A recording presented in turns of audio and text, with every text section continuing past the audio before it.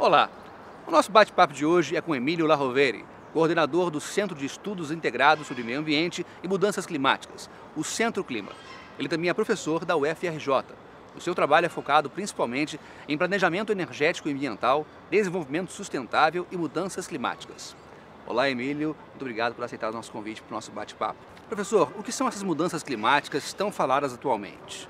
Bom, um verão nunca é igual ao do ano que passou, o inverno também não. Então existe uma variação que é natural, não é isso.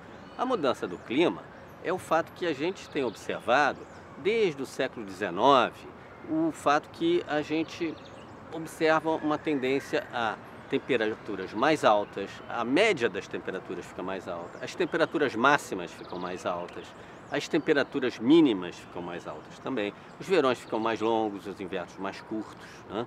E também temos mudança, clima não é só temperatura, temos mudança no padrão de chuvas, né? Em alguns lugares chove menos, outros chove mais. Por que isso? Porque a partir do século XIX o homem começou a queimar combustíveis, o carvão mineral, o grande combustível que iniciou a Revolução Industrial, e depois o petróleo, sob todas as formas que a gente usa, gasolina, óleo diesel, gás liquefeito de petróleo para cozinhar, nos bujões, etc. E esses combustíveis, quando a gente queima para obter a energia que a gente precisa, eles vão gerar um gás chamado dióxido de carbono, o gás carbônico que a gente chama normalmente, que vai se acumular na nossa atmosfera.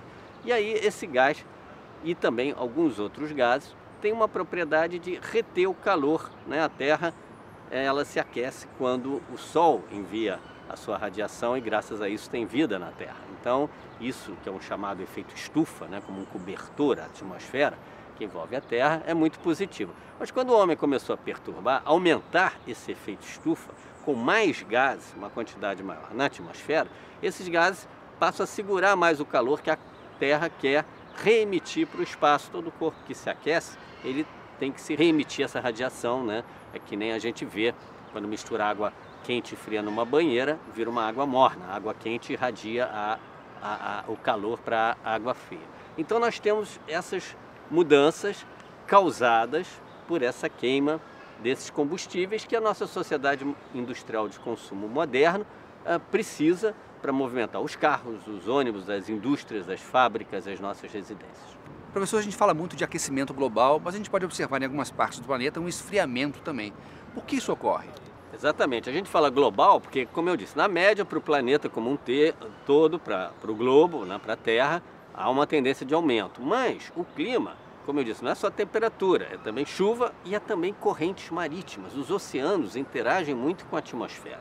Então, quando muda a temperatura e o padrão de chuvas e o aquecimento, vai causar então uma mudança também do perfil de correntes marinhas. Então, por exemplo, se algumas correntes marinhas de água quente, como aquela que banha a Europa, a corrente do Golfo, que nasce lá no Golfo do México, né, perto da costa do México e dos Estados Unidos, e atravessa o Atlântico, chega na Europa do Norte, é uma corrente de água quente. Então, se a gente olha, né, vocês podem olhar no planisfério, no mapa do mundo, a Europa está mais ou menos na mesma latitude, na mesma altura, assim, na horizontal, né, que o Canadá.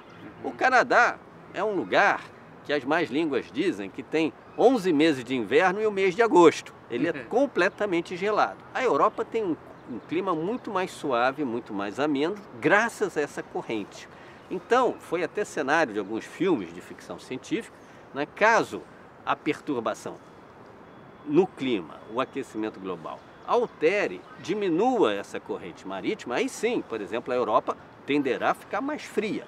Também o fato de ter mais aquecimento faz com que as calotas dos polos, o Polo Norte e o Polo Sul, derretam. Então, quando o aquecimento global tende não só a elevar o nível do mar, porque a temperatura do mar aumenta, os oceanos com isso dilatam, aumentam de volume, aí sobem, mas também pelo degelo das calotas polares aumenta o nível dos oceanos e esse degelo bota mais umidade na atmosfera e com isso a gente tem invernos com mais neve.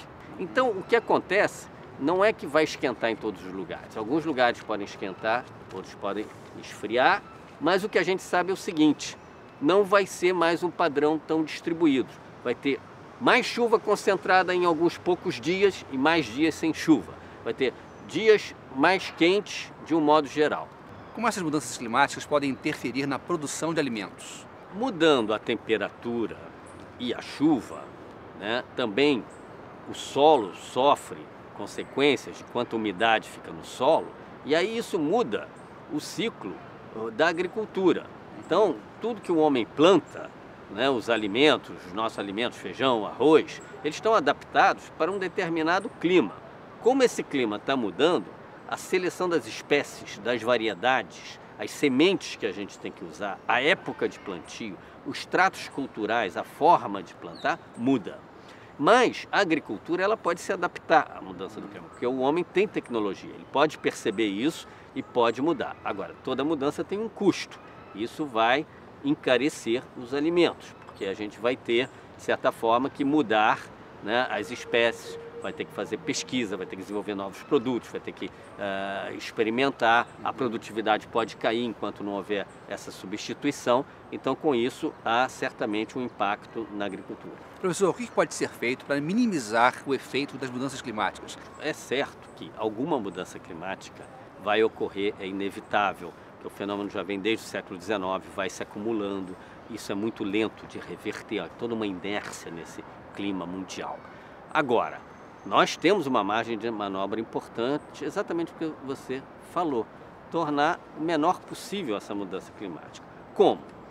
Reduzindo, na medida do possível, a queima desses combustíveis que, ao serem utilizados, queimados, né, vão aquecer, né, porque eles produzem o dióxido de carbono, é o principal gás, e essa é a principal causa. Então, se trata de usar, né, energias diferentes para as nossas necessidades de consumo, para os nossos veículos.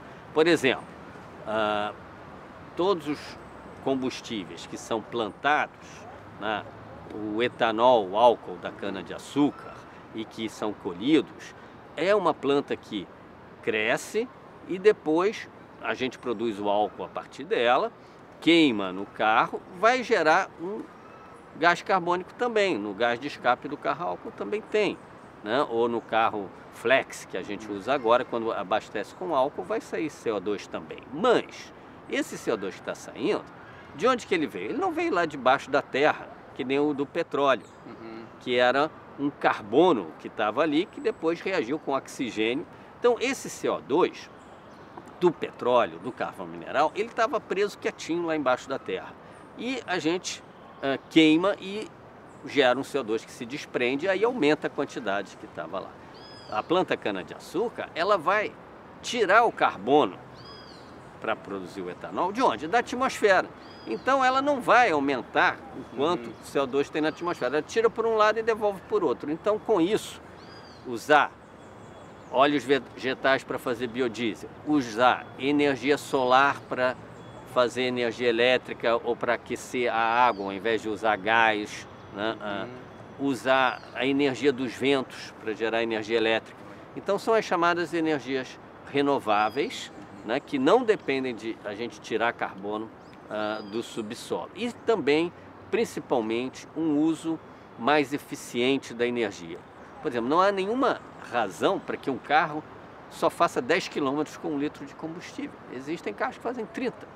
Agora nós temos os carros híbridos, os carros que fazem eletricidade para eles dentro do próprio carro, que já fazem muito mais do que isso. Então, claro, se roda mais, vai precisar menos combustível, vai precisar queimar menos petróleo e vai menos poluição para a atmosfera global. Professor, muito obrigado pela sua participação no nosso programa e que a gente possa se encontrar outras vezes aqui na TV Escola.